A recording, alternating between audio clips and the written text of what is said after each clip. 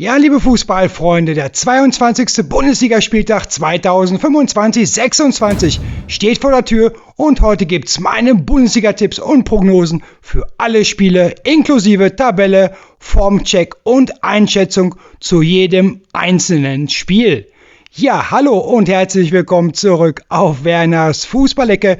Schön, dass du wieder mit am Start bist. In diesem Video bekommst du meine komplette Bundesliga-Vorschau zum 22. Spieltag, meine Fußballtipps und Prognosen für alle Partien. Und auch dieses Bundesliga-Wochenende hat es wieder in sich, denn im Titelrennen, im Kampf um Europa und im Abstiegskampf ist alles extrem eng beieinander. Spannung ist also garantiert. Los geht's am Freitag direkt mit einem Kracher. Borussia Dortmund gegen Mainz 05. Der Tabellenzweite BVB will mit einem Sieg die Bayern weiter unter Druck setzen. Aber Mainz wird sich sicher nicht kampflos geschlagen geben. Am Samstag erwartet uns dann ein richtig starkes Programm. Bayer Leverkusen gegen den FC St. Pauli. Dazu die Frage, ob Eintracht Frankfurt nach 7 sieglosen Spielen gegen Gladbach endlich wieder gewinnen kann. Dann natürlich der Bundesliga-Klassiker Werder Bremen zu Hause gegen den FC Bayern München. Außerdem spielt die TSG Hoffenheim gegen den SC Freiburg, der HSV empfängt Union Berlin und im Samstags 18:30 Uhr Spiel trifft der VfB Stuttgart auf den 1. FC Köln. Am Sonntag stehen da noch 2 weitere Partien an, Augsburg gegen Heidenheim und zum Abschluss des 22. Spieltages empfängt RB Leipzig den VfL Wolfsburg. Also ja, es wird wieder ein richtig spannendes Bundesliga-Wochenende. Wie tippst du den 22. Spieltag der Bundesliga? Schreib deine Prognosen unbedingt unten in die Kommentare. Wenn dir meine Bundesliga-Prognose gefällt, lass mir gerne einen Daumen hoch da, abonniere Werners Fußballecke und aktiviere die Glocke, damit du kein Bundesliga-Video mehr von mir verpasst. Und jetzt gehen wir direkt rein in meine Bundesliga-Tipps zum 22. Spieltag. Los geht's, ja, mit Borussia Dortmund gegen Mainz 05. Borussia Dortmund geht mit 48 Punkten als Tabellenzweiter in dieses Heimspiel gegen den aktuellen Tabellen 14. Mainz 05, die bei 21 Punkten stehen. Und klar ist, das Team von Trainer Niko Kovac weiß ganz genau, dass dieses Heimspiel gewonnen werden muss, wenn man im Titelrennen weiter Druck auf den FC Bayern ausüben will. Aber genauso klar ist auch, dass die Mainzer alles dafür tun werden, dem BVB das Leben im Signal Iduna Park so schwer wie möglich zu machen. Hier treffen nämlich 2 absolute Formteams aufeinander. Dortmund hat die letzten 5 Bundesligaspiele allesamt gewonnen. Und Mainz, das Team von Trainer Urs Fischer, hat immerhin die letzten 3 Spiele in Folge für sich entschieden. Unter anderem mit einem starken 2:1 Auswärtssieg am 20. Spieltag bei RB Leipzig. Der BVB ist also gewarnt. Der größte Fehler wäre jetzt, Mainz zu unterschätzen. Denn genau dann könnte es ein richtig schwieriger Abend für die Dortmunder werden. Trotzdem geht Borussia Dortmund natürlich als klarer Favorit in dieses Heimspiel. Der BVB spielt bislang eine überragende Bundesliga-Saison, ist seit mittlerweile 14 Spieltagen ungeschlagen und konnte 11 der letzten 14 Partien gewinnen. Eine absolute Top-Serie. Deshalb steht man auch völlig verdient auf Platz 2 der Tabelle und kann für die kommende Saison eigentlich schon fest mit der Champions League planen. 9 Punkte Vorsprung auf den aktuellen Tabellenvierten RB Leipzig sind auf jeden Fall ein ordentliches Polster. Dazu stellt Dortmund mit aktuell 43 Saisontoren die drittbeste Offensive der Liga und mit nur 20 Gegentoren die zweitbeste Defensive der Bundesliga, also absolute Topwerte. Allerdings muss Trainer Niko Kovac gegen Mainz 05 ja auf Nico Schlotterbeck verzichten, der ja gelb gesperrt fehlt. Und das ist schon natürlich ein richtig schwerer Ausfall. Zusätzlich nämlich fallen mit Emre Can und Filippo Mané 2 weitere Defensivspieler verletzungsbedingt aus. Da wird sich Kovac auf jeden Fall etwas einfallen lassen müssen. Klar, mit Anton, Süle oder auch Bensebaini stehen natürlich noch erfahrene Spieler bereit, aber eingespielt ist dann natürlich schon etwas anderes. Positiv aus Dortmunder Sicht: Die letzten beiden Bundesliga-Duelle gegen Mainz konnte der BVB gewinnen, darunter auch das Heimspiel in der vergangenen Saison mit 3:1. Aber auch Mainz bringt eine richtig starke Serie mit. Von den letzten 8 Bundesligaspielen hat man nur eines verloren, das 1:2 in Köln am 18. Spieltag. Trainer Urs Fischer hat die Mainzer definitiv stabilisiert und wieder in die Spur gebracht. Und genau das wollen sie jetzt natürlich auch beim BVB unter Beweis stellen. Wenn Mainz so auftritt wie beim starken 2:2 Auswärtsspiel beim FC Bayern, dann ist vielleicht sogar ein Punkt in Dortmund möglich. Und Tore sollten wir in diesem Spiel definitiv auf jeden Fall sehen. Beim BVB ist Guirassy aktuell wieder richtig gut in Form mit 3 Treffern in den letzten 2 Bundesligaspielen. Und bei Mainz ist Nadim Amiri in absoluter Top-Verfassung. 6 Tore in den letzten 6 Bundesliga-Partien, eine herausragende Quote. Ich erwarte hier einen offenen Schlagabtausch zwischen Dortmund und Mainz. Mein Bundesliga-Tipp für Borussia Dortmund gegen Mainz 05 ist ein 2:2 Unentschieden. Wie sieht dein Tipp aus? Schreib es unten in die Kommentare und wie immer liebe Grüße an die BVB-Fans Markus und André. Und jetzt gehen wir rüber zu den Samstagsspielen. Los geht's mit Bayer Leverkusen gegen den FC St. Pauli. Bayer Leverkusen steht nach 2 Siegen in Folge und dem 1:1 Unentschieden in Mönchengladbach am letzten Spieltag aktuell mit 36 Punkten auf Platz 6 in der Tabelle. Und nicht vergessen, Leverkusen hat Anfang März noch das Nachholspiel beim HSV in der Hinterhand. Da ist also sogar noch Luft nach oben in der Tabelle. Der FC St. Pauli hingegen steht nach dem verdienten 2:1 Heimsieg gegen den VfB Stuttgart bei 17 Punkten auf Rang 17 und hat aber weiterhin 2 Punkte Rückstand auf den Relegationsplatz 16. Der Abstiegskampf ist und bleibt spannend und das wohl bis zum letzten Spieltag. Das bedeutet, für beide Teams ist es ein extrem wichtiges Spiel. Für Leverkusen geht es um die Champions-League-Ränge, denn mit einem Heimsieg könnte man zumindest auf Platz 5 vorrücken. Und St. Pauli braucht im Tabellenkeller natürlich jeden einzelnen Punkt.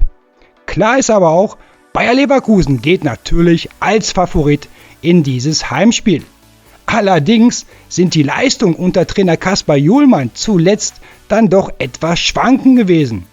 In den letzten 5 Spielen gab es 2 Niederlagen, dann 2 Siege in Folge und zuletzt eben das 1:1 in Gladbach. Wenn Leverkusen St. Pauli jedoch nicht unterschätzt und konzentriert auftritt, sollte der Heimsieg absolut machbar sein. Aber ganz so einfach wird es dann doch nicht. Das Team von Trainer Alexander Blessing kommt mit ordentlich Rückenwind nach Leverkusen.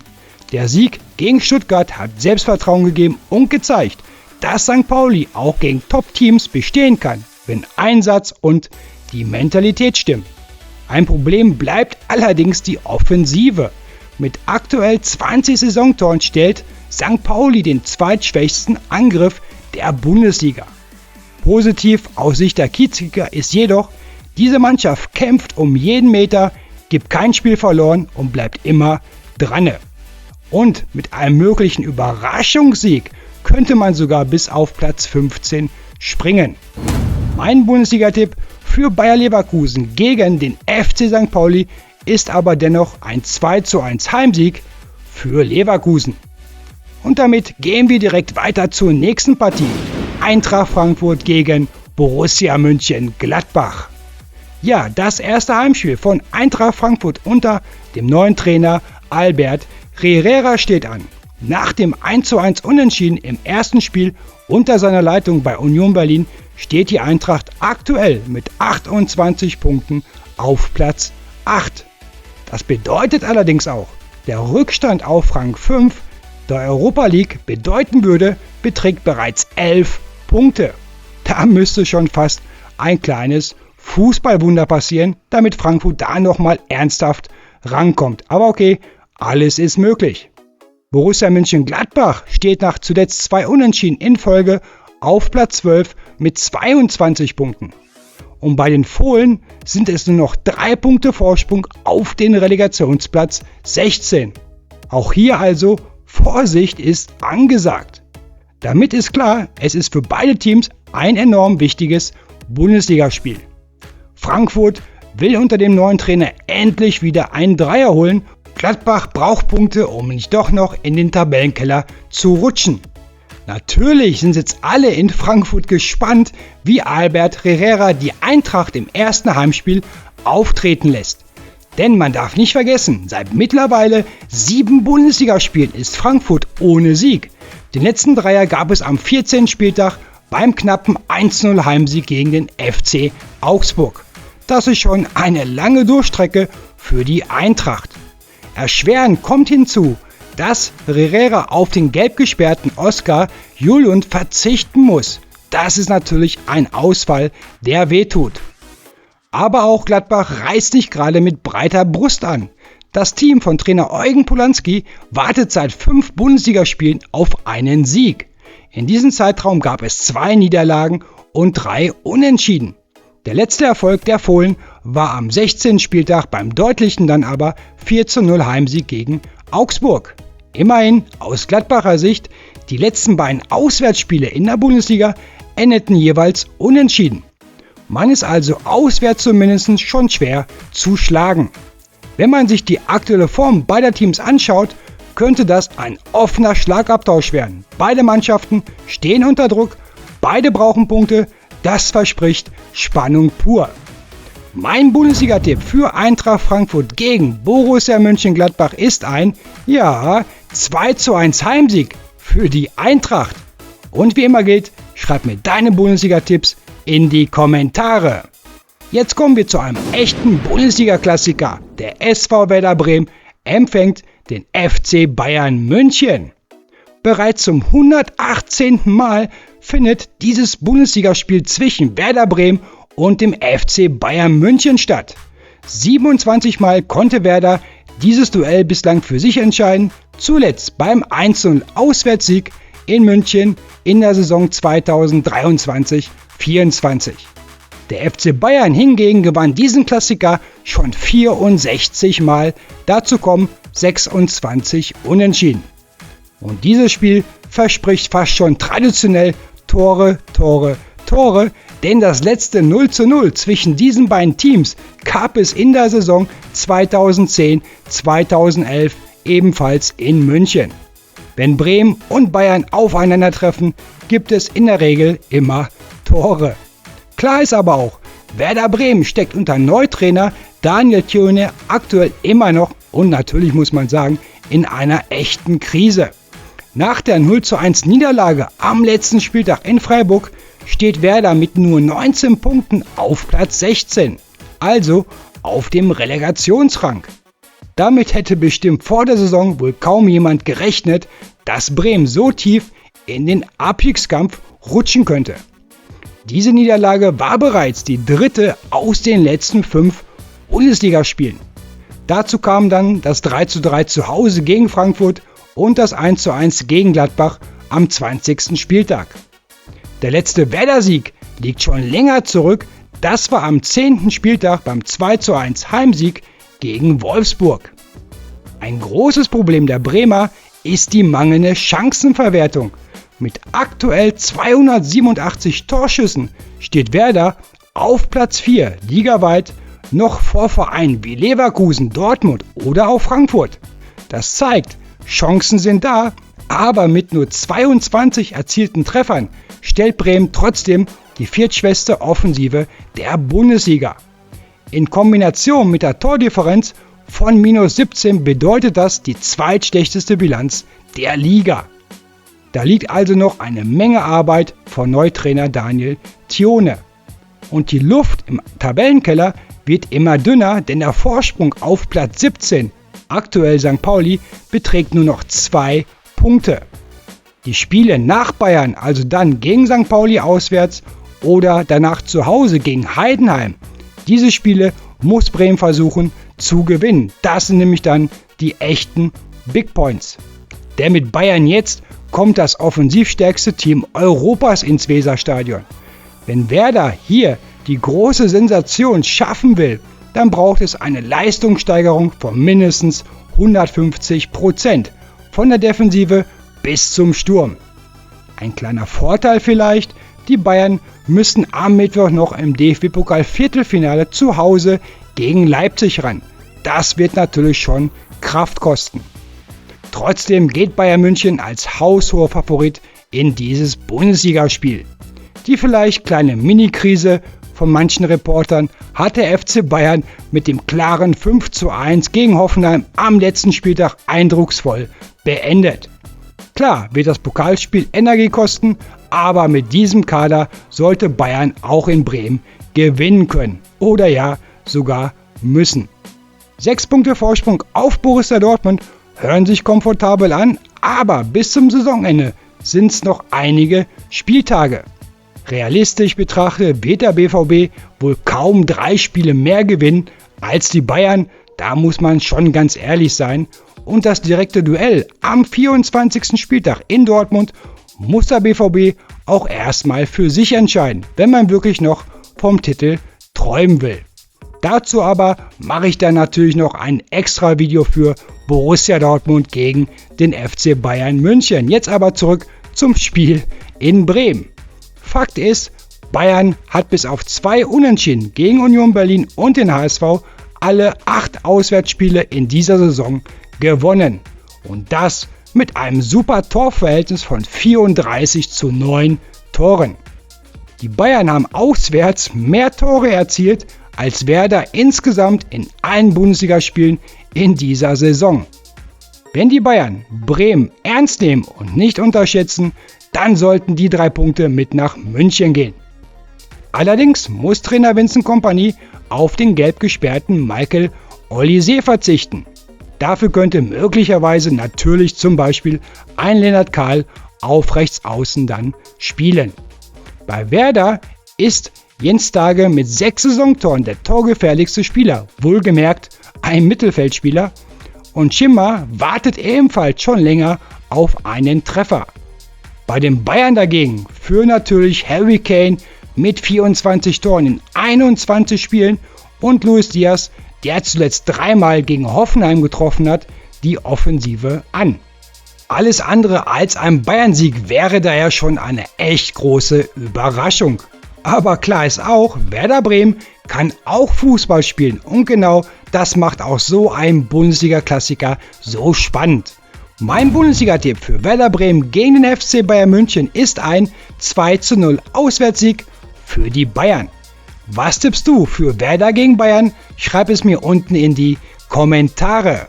Und jetzt schauen wir auf das nächste Spiel des 22. Spieltages, ja, das badische Derby zwischen der TSG Hoffenheim und dem SC Freiburg.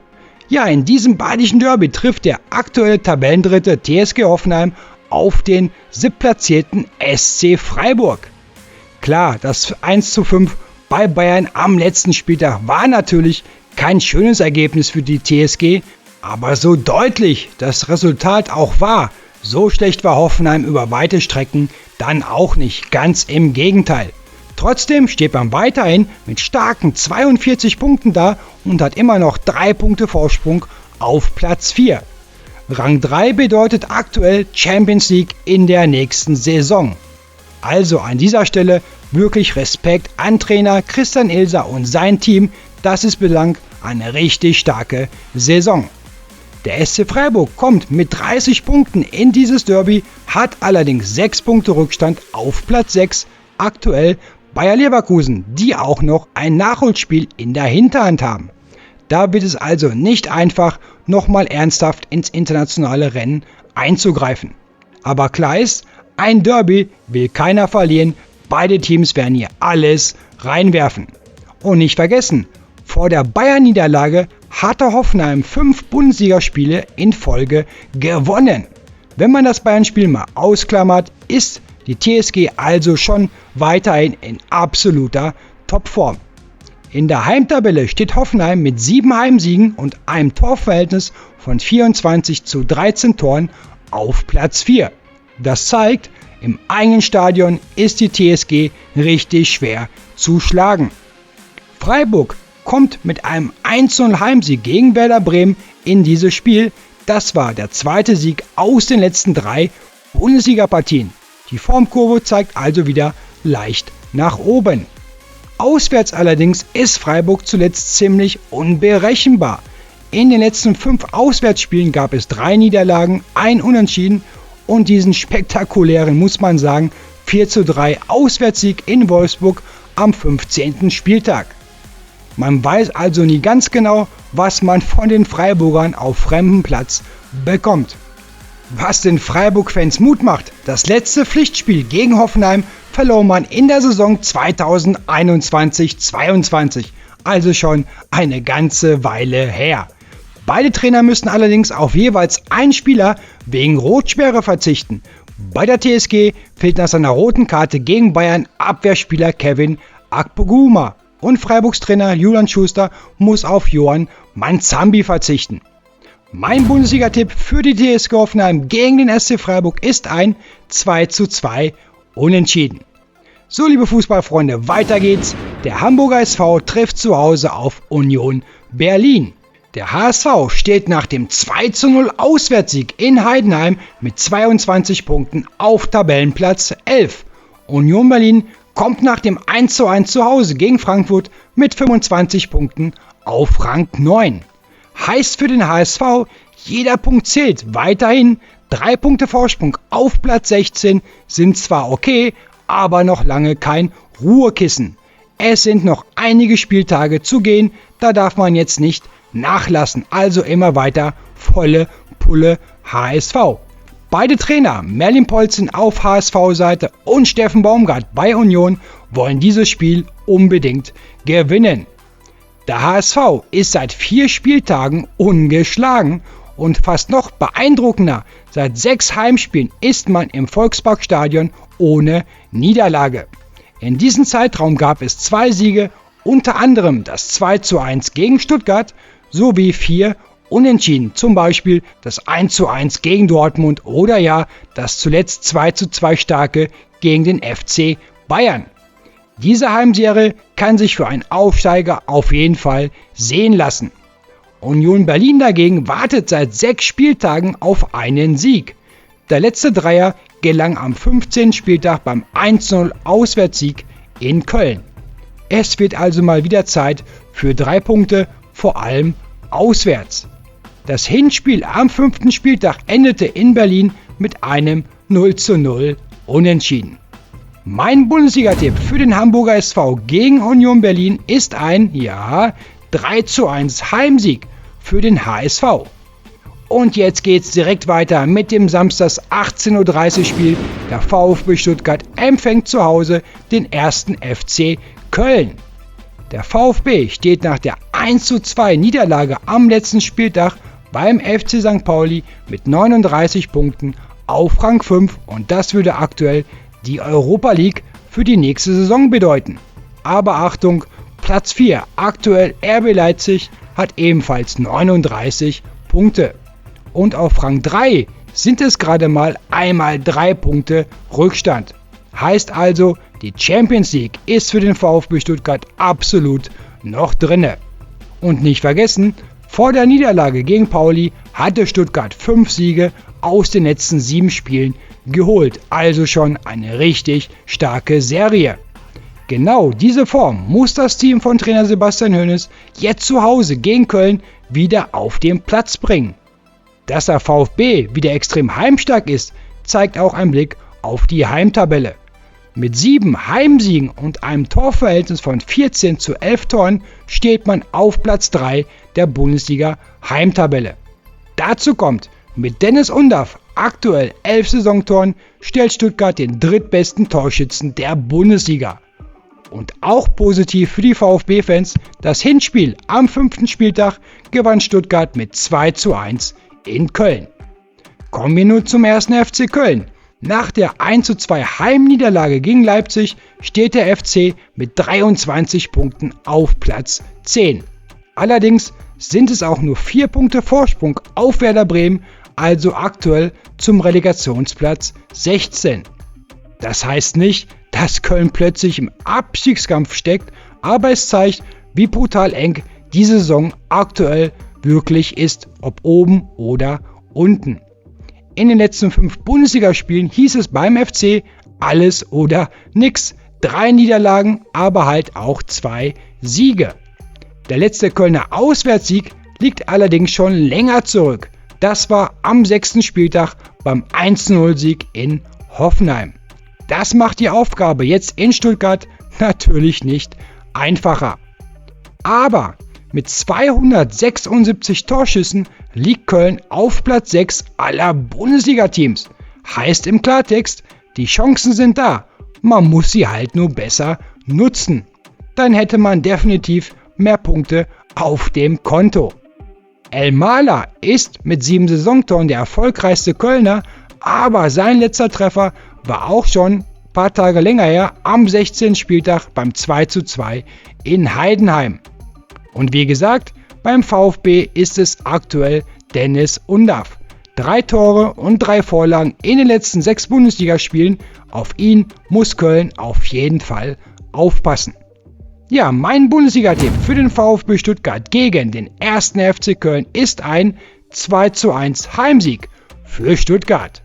Wie sieht deine Prognose aus? Ab damit in die Kommentare. So, und jetzt kommen wir zu den Sonntagsspielen des 22. Spieltags.